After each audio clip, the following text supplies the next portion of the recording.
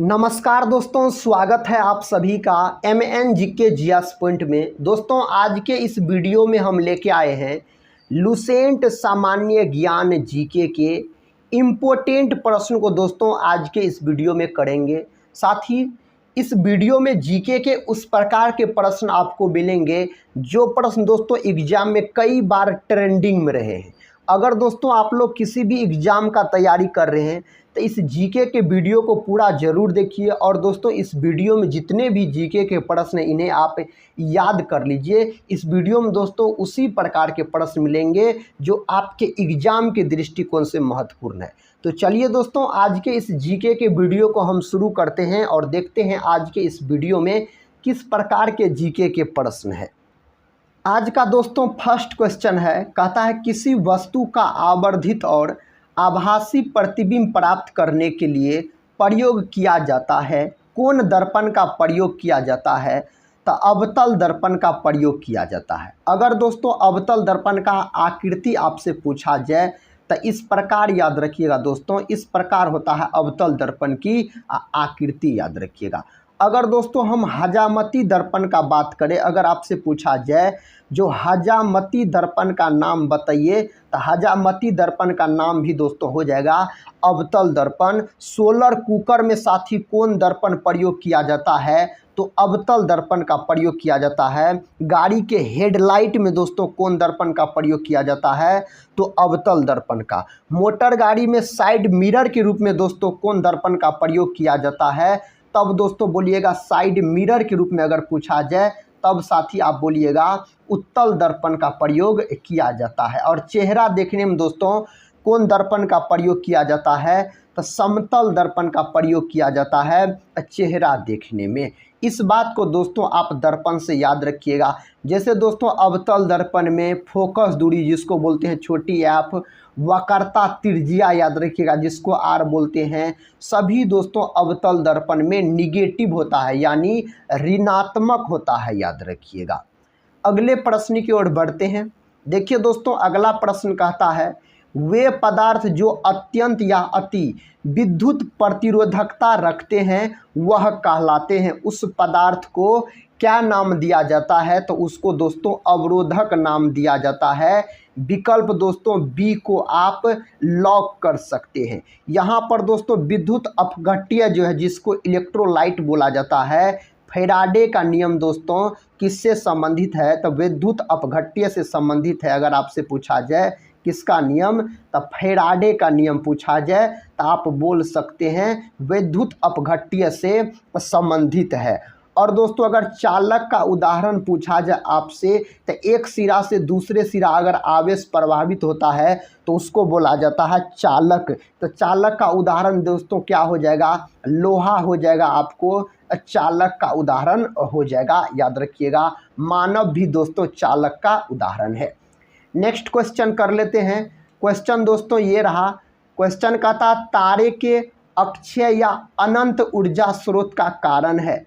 तारे के अक्षय या अनंत ऊर्जा स्रोत का कारण है हाइड्रोजन या हीलियम में परिवर्तन, हीलियम या हाइड्रोजन में परिवर्तन, रेडियो सक्रिय तत्वों का क्षय, ऑक्सीजन की अधिकता। इसका कारण है हाइड्रोजन या हीलियम में परिवर्तन। विकल्प दोस्तों ए इस प्रश्न का सही उत्तर चला जाएगा।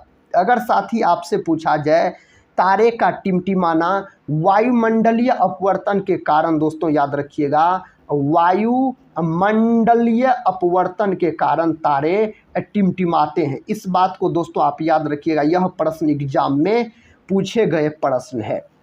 अगला प्रश्न कर लेते हैं। इस प्रश्न का दोस्तों उत्तर आप लोग बताइए। छोटा सा प्यारा सा प्रश्न है और एग्जाम के लिए महत्वपूर्ण प्रश्न है।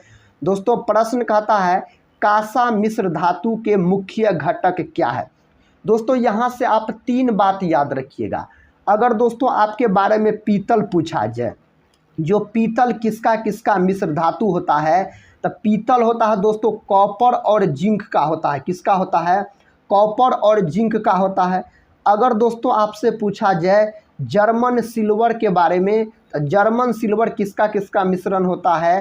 तो कॉपर, निकेल और जिंक का दोस्तों मिश्रण होता है। कौन होता है साथी? तो यह होता है आपको जर्मन सिल्वर।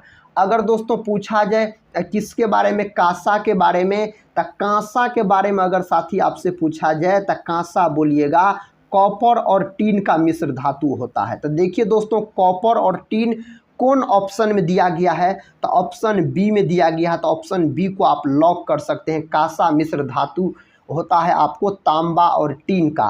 तांबा को कॉपर बोला जाता है। इनका प्रतीक पूछा जाए तो Cu बोलिएगा, परमाणु क्रमांक 29 होता है। टीन का दोस्तों बात किया जाए तो इसका सिंबल क्या होता है, Sn होता है। परमाणु क्रमांक इसका कितना होता है, तो 50 होता है इसका परमाणु क्रमांक।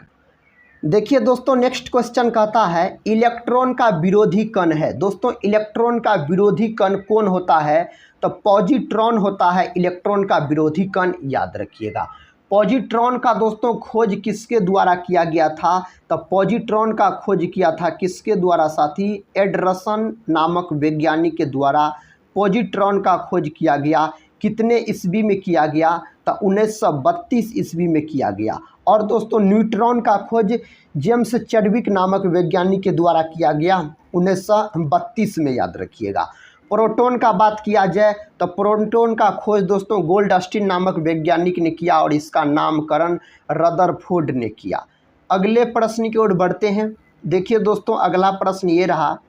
प्रश्न कहता साथी उभयचर यानी कहता एम्फीबियन शब्द का अर्थ क्या है। दोस्तों, उभयचर का मतलब होता है जो जीव जल और स्थल दोनों जगह निवास कर सकता है उसको बोला जाता है उभयचर बोला जाता है। इसमें दोस्तों 4 ऑप्शन में दिया गया है। कहता है उभयचर शब्द का अर्थ क्या है, चतुर्थ स्थीय जीवन। ऑप्शन हो जाएगा बी इस प्रश्न का सही उत्तर हो जाएगा। अगर साथी आपसे पूछा जाए जंतु जगत का उभयचर बताइए, तो जंतु जगत का उभयचर आप बोलिएगा मेढक बोलिएगा। अगर दोस्तों पादप जगत का उभयचर पूछा जाए तो आप बोलिएगा ब्रायोफाइटा को पादप जगत का उभयचर बोला जाता है। अगले प्रश्न की ओर बढ़ते हैं। देखिए दोस्तों, अगला प्रश्न ये रहा। प्रश्न कहता साथी निम्न में से कौन एकल पोषीय परजीवी है। इनमें से कौन एकल पोषीय परजीवी आपसे पूछा जा रहा है, कौन है, एस्केरिस है। विकल्प दोस्तों सी को आप लॉक कीजिए। अगर साथी हम केचुआ का बात करते हैं तो केचुआ को किसानों का मित्र कहा जाता है। केचुआ दोस्तों एनिलिडा संघ के अंतर्गत आता है। कौन संघ के अंतर्गत आता है, तो एनिलिडा संघ के अंतर्गत आता है अगर केचुआ का बात किया जाए तो। देखिए दोस्तों, नेक्स्ट क्वेश्चन कहता है उष्मा के यांत्रिक तुल्यांक की एसआई इकाई क्या है, तो जूल प्रति कैलोरी है। विकल्प ए इस प्रश्न का सही उत्तर चला जाएगा। नेक्स्ट क्वेश्चन कर लेते हैं। क्वेश्चन दोस्तों कहता है ठोस सतह को गीला करने वाले द्रव के ससंजक बल का मान असंजक बल के समान होता है। कहता है से अधिक होता है, से कम होता है, कुछ नहीं कहा जा सकता है। तो दोस्तों याद रखिएगा कम होता है, ससंजक बल का मान असंजक बल से कम होता है। तो ऑप्शन सी इस प्रश्न का सही उत्तर है। ऑप्शन सी को आप याद रखिएगा। साथ ही अगर आप लोग किसी भी कॉम्पिटिटिव एग्ज़ाम का तैयारी कर रहे हैं तो इस वीडियो को पूरा ज़रूर देखिएगा। सभी कॉम्पिटिटिव एग्ज़ाम में दोस्तों सामान्य ज्ञान जीके के प्रश्न पूछे जाते हैं।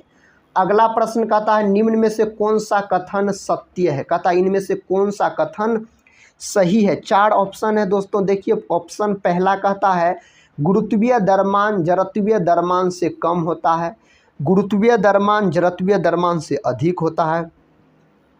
ऑप्शन सी कहता है गुरुत्वीय द्रव्यमान तथा जड़त्वीय द्रव्यमान एक समान होते हैं। ऑप्शन डी कहता है गुरुत्वीय द्रव्यमान न्यूटन के द्वितीय नियम से तथा जड़त्वीय द्रव्यमान न्यूटन के। इसका सही जवाब दोस्तों कौन ऑप्शन के साथ चला जाएगा। इसका सही जवाब ऑप्शन सी के साथ चला जाएगा। गुरुत्वीय द्रव्यमान तथा जड़त्वीय द्रव्यमान एक समान होते हैं, यही साथी सही दिया गया कथन है। अगला प्रश्न कहता है ठोस सीधे गैस में परिवर्तन को क्या कहते हैं। ठोस दोस्तों सीधे गैस में परिवर्तन हो जाता है उसको बोला जाता है ऊर्ध्वपातन बोला जाता है। और ऊर्ध्वपातन का दोस्तों सबसे अच्छा अगर आपसे उदाहरण पूछा जाए तो आप बोल सकते हैं कपूर। कपूर दोस्तों इसका बहुत प्रसिद्ध उदाहरण है और एग्जाम में पूछा गया भी प्रश्न है। ऊर्ध्वपातन का उदाहरण कपूर है।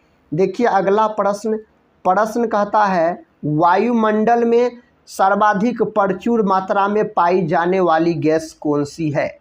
दोस्तों वायुमंडल में सबसे अधिक मात्रा में पाई जाने वाली गैस अगर आपसे पूछा जाए तो आप नाइट्रोजन बोलिएगा।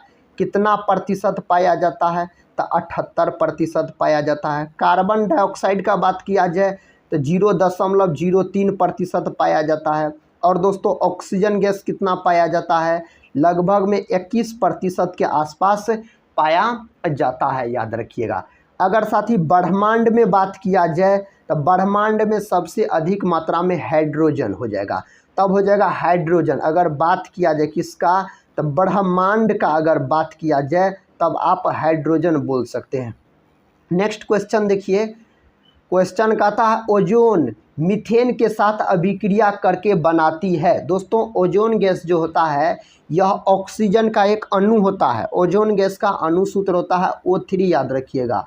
ओजोन परत संरक्षण दिवस कब मनाया जाता है तो 16 सितंबर के दिन मनाया जाता है। इसका सही उत्तर दोस्तों क्या हो जाएगा, इसका सही उत्तर ऑप्शन ए के साथ चला जाएगा, कार्बन डाइऑक्साइड। ऑप्शन ए को दोस्तों आप लॉक कर सकते हैं। नेक्स्ट क्वेश्चन कर लेते हैं। देखिए दोस्तों क्वेश्चन आपके सामने है, कहता है वायु के संपर्क में रखने पर ब्लीचिंग पाउडर बेकार हो जाता है क्योंकि यह वायु में O2 से प्रभावित होता है। यह CO2 आवेशित करता है एवं CaCO3 बनाता है। यह अपघटन द्वारा Cl2 उत्पन्न करता है। कहता उपर्युक्त में से कोई नहीं। ऑप्शन सी दोस्तों इसका सही उत्तर हो जाएगा। यह अपघटन द्वारा Cl2 उत्पन्न करता है, यानी क्लोरीन गैस उत्पन्न करता है, यही इसका सही उत्तर है। ब्लीचिंग पाउडर इन्हीं को दोस्तों वृंजक चूर्ण बोला जाता है। इनको क्या बोला जाता है तो वृंजक चूर्ण बोला जाता है। और वृंजक चूर्ण का अणुसूत्र एग्जाम में पूछे जाते हैं तो इसका अणुसूत्र बोल सकते हैं CaOCl2। CaOCl2 इसका अणुसूत्र होता है। CaCO3 दोस्तों यह संगमरमर का अणुसूत्र है, याद रखिएगा। नेक्स्ट क्वेश्चन कर लेते हैं। देखिए दोस्तों अगला प्रश्न है, कहता है निम्नलिखित यौगिकों में से किसमें विद्युत संयोजी बंध है। इनमें से किसमें विद्युत संयोजी बंध होता है तो NaCl हो जाएगा, इसमें होता है। अगले प्रश्न की ओर बढ़ते हैं। इसका दोस्तों सही उत्तर आप लोग बताइए। प्रश्न कहता है क्रोमियम का परमाणु क्रमांक 24 है, यानी साथी क्रोमियम का प्रतीक होता है Cr होता है। इसका परमाणु क्रमांक दिया गया है आपको 24 दिया गया है। कहता है इसका इलेक्ट्रॉनिक विन्यास होगा। इसका तब दोस्तों इलेक्ट्रॉनिक विन्यास आपको निकालना है तो इसका निकालिए तो क्या हो जाएगा, 2 हो जाएगा, 8 हो जाएगा, 13 हो जाएगा और 1 हो जाएगा। जोड़िए दोस्तों सबको तो 24 हो जाता। देखिए कौन ऑप्शन में ऐसा दिया गया है तो ऑप्शन ए में दिया गया है। तो ऑप्शन ए को दोस्तों आप लॉक कर सकते हैं, इस प्रश्न का सही उत्तर हो जाएगा। अगला प्रश्न कहता है एल्कोहल जल मिश्रण से जल को अलग किया जा सकता है। किसके द्वारा दोस्तों अलग किया जा सकता है। इसका सही उत्तर दोस्तों ऑप्शन सी में दिया गया है, आसवन द्वारा अलग किया जा सकता है। तो ऑप्शन सी को लॉक कर सकते हैं। इसका सही जवाब बताइए साथी। छोटा सा प्यारा सा प्रश्न है लेकिन एग्जाम के लिए बहुत ही महत्वपूर्ण है। हीरा से साथी प्रश्न बहुत पूछे जाते हैं एग्जाम में। कहता है हीरा है। हीरा दोस्तों क्या होता है तो यह कार्बन का अपरूप है। तो ऑप्शन हो जाएगा बी। एक बार दोस्तों अगर हीरा का हम बात करें तो हीरा का अगर साथी बात करें तो सबसे कठोर पदार्थ अगर आपसे पूछा जाए दोस्तों तो आप बोलिएगा हीरा होता है सबसे कठोर पदार्थ का अगर बात करें तो। अगर दोस्तों हीरा का प्रसंकरण पूछा जाए तो हीरा का प्रसंकरण याद रखिएगा sp3 होता है। दोस्तों हीरा की अगर आकृति पूछा जाए तो चतुष्फलकीय याद रखिएगा हीरा की आकृति होता है। हीरा का अपवर्तनांक दोस्तों कितना होता है 2.42। सबसे अधिक हीरा का अपवर्तनांक होता है। हीरा किसके कारण चमकता है तो हीरा दोस्तों पूर्ण आंतरिक परावर्तन के कारण चमकता है। हीरा ग्रेफाइट कार्बन के अपरूप है। कार्बन का बात किया जाए तो कार्बन होता है अधातु, याद रखिए। इसका परमाणु क्रमांक कितना होता है तो 6 होता है और प्रतीक होता है C। कार्बन का। अगला प्रश्न दोस्तों कहता है वर्षा की बूंदें गोल होती है। वर्षा का बूंद गोल होता है, इसका कारण है पृष्ठ तनाव। पृष्ठ तनाव के कारण दोस्तों वर्षा का बूंद गोल होता है। विकल्प बी में इस प्रश्न का उत्तर दिया गया। दोस्तों इस प्रकार के प्रश्न एग्जाम में कई बार पूछे गए हैं। नेक्स्ट क्वेश्चन देखिए, कहता है टीबी रोग का कारण है। टीबी नामक रोग दोस्तों किसके कारण होता है? जीवाणु के कारण होता है। ट्यूबरकुलोसिस नामक जीवाणु के कारण टीबी रोग होता है। इन्हीं को दोस्तों टीबी रोग को क्षय रोग भी बोला जाता है और इन्हीं को तपेदिक भी बोला जाता है टीबी को। विश्व टीबी दिवस कब मनाया जाता है? तो 24 मार्च के दिन मनाया जाता है विश्व टीबी दिवस के रूप में। अगर दोस्तों विषाणु का बात किया जाए तो एड्स नामक बीमारी HIV विषाणु के कारण होता है, याद रखिएगा। कवक का बात किया जाए तो कवक का अध्ययन माइकोलॉजी कहलाता है। कवक की कोशिका भित्ति किसकी बनी होती है? तो कैटिन की बनी होती है कवक की कोशिका भित्ति। ये सभी बात को दोस्तों आप याद रखिएगा, इस प्रकार के प्रश्न एग्जाम में पूछे जाते हैं। कहता है लार में कौन सा पदार्थ पाया जाता है? लार में दोस्तों पाया जाता है टैलिन। ऑप्शन हो जाएगा बी, इस प्रश्न का उत्तर टैलिन हो जाएगा। प्रश्न अगला कहता है कॉकरोच किस वर्ग का प्राणी है? कॉकरोच दोस्तों कौन वर्ग के अंतर्गत आता है? आर्थ्रोपोडा वर्ग के अंतर्गत आता है। अगर आपसे पूछा जाए जंतु जगत का सबसे बड़ा संघ दोस्तों पूछा जाए जंतु जगत का सबसे बड़ा संघ बताइए, तो आप आर्थ्रोपोडा बोलिएगा। जंतु जगत का दूसरा सबसे बड़ा संघ पूछा जाए तो आप बोल सकते हैं मोलस्का बोल सकते हैं, मोलस्का। अगर दोस्तों पादप जगत का सबसे बड़ा संघ पूछा जाए तो थैलोफाइटा हो जाएगा पादप जगत का सबसे बड़ा संघ, याद रखिएगा। अगर दोस्तों हम एनिलिडा का बात करते हैं तो इसके अंतर्गत कौन कौन जीव आता है? तो जैसे केचुआ हो गया, जोंक हो गया, ये नेरिस हो गया, ये सभी एनिलिडा के अंतर्गत आता है। देखिए अगला प्रश्न साथी, प्रश्न कहता प्राच्य का विलोम शब्द कौन सा है? तो पाश्चात्य इसका विलोम शब्द है। ऑप्शन हो जाएगा सी इस प्रश्न का सही उत्तर, जिसको उल्टा शब्द बोला जाता है यानी विपरार्थक शब्द बोला जाता है। नेक्स्ट क्वेश्चन कहता है दबदबा होना, इसका अर्थ क्या है? दबदबा होना का दोस्तों अर्थ आपसे पूछा जा रहा है। दबकर रहना, प्रभाव होना, कहता हीन अनुभव करना, भयभीत होना। इसका अर्थ क्या होता है?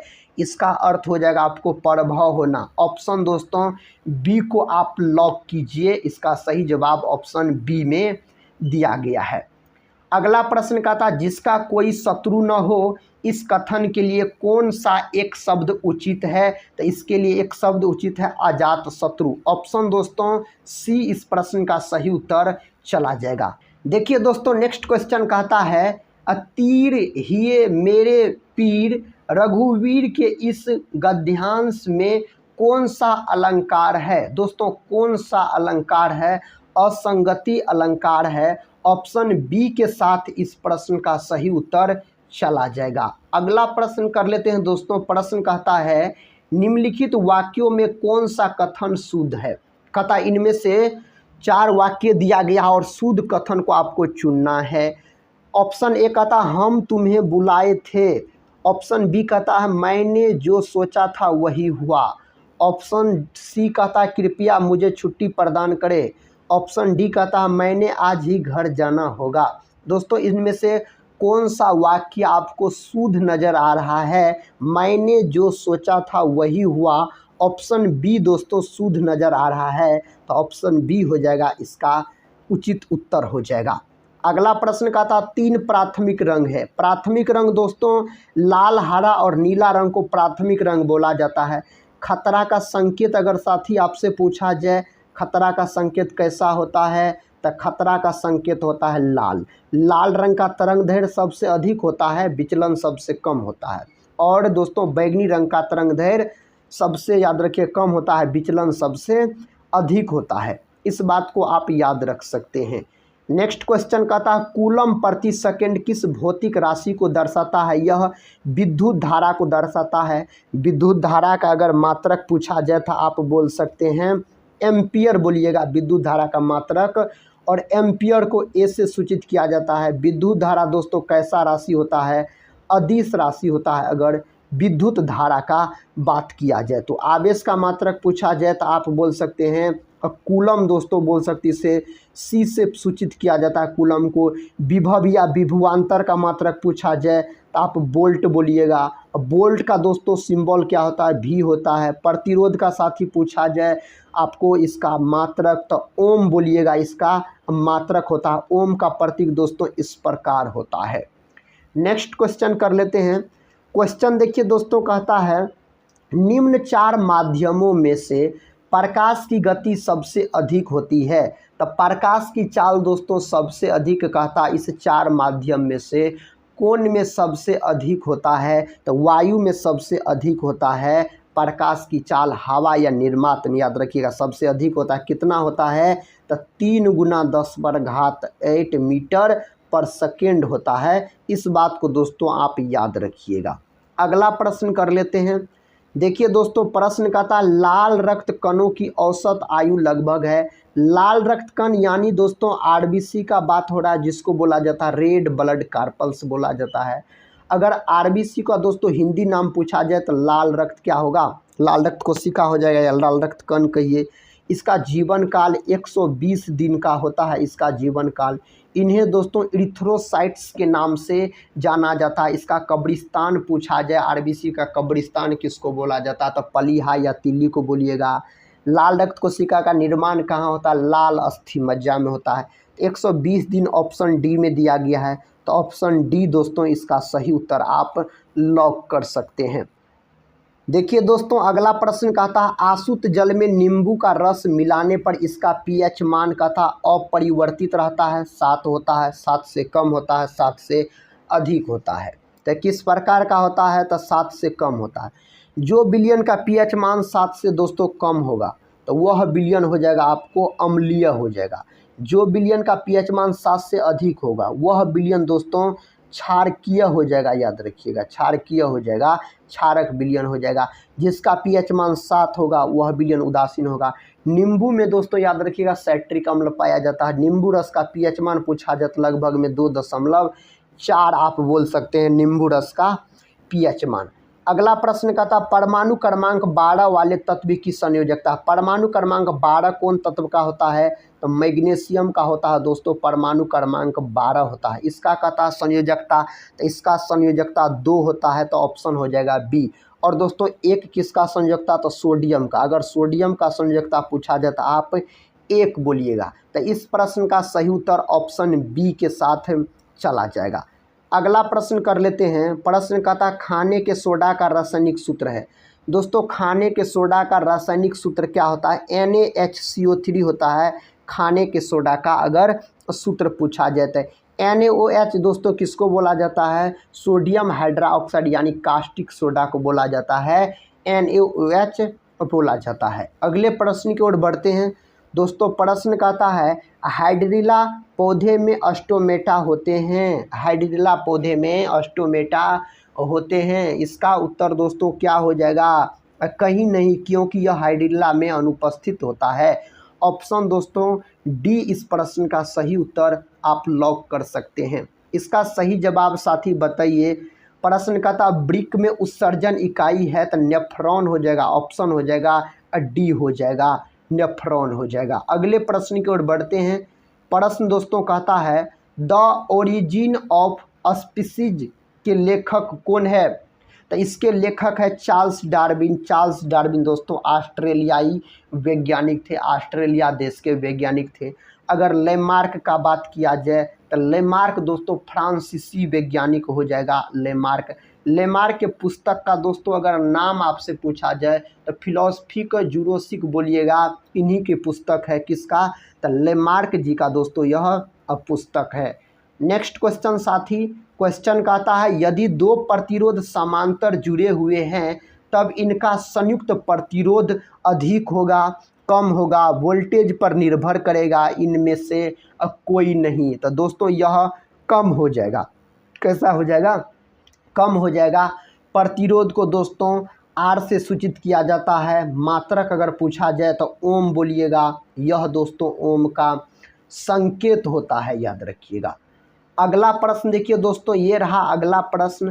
प्रश्न कहता है विद्युत चुंबक किस में उपयोग होता है। विद्युत चुंबक दोस्तों किस में उपयोग किया जाता है। इस 4 ऑप्शन में से एक ऑप्शन को चुनना है। विद्युत घंटी, परंपरागत टेलीफोन, डायनेमो, सभी में दोस्तों इसका प्रयोग किया जाता है, इसीलिए ऑप्शन डी इस प्रश्न का सही उत्तर है। देखिए नेक्स्ट क्वेश्चन। क्वेश्चन कहता है निम्नलिखित में से कौन सी रासायनिक अभिक्रिया नहीं है। इनमें से दोस्तों कौन रासायनिक अभिक्रिया नहीं है। लोहे में जंग लगना, पानी का भाप में बदलना, दूध से दही का बनना, कोयला का जलना। पानी का भाप में बदलना दोस्तों यह अब भौतिक परिवर्तन हो जाता है, तो यहाँ पर आपसे पूछा जा रहा है रासायनिक अभिक्रिया नहीं है, इसका मतलब ऑप्शन बी दोस्तों नहीं है।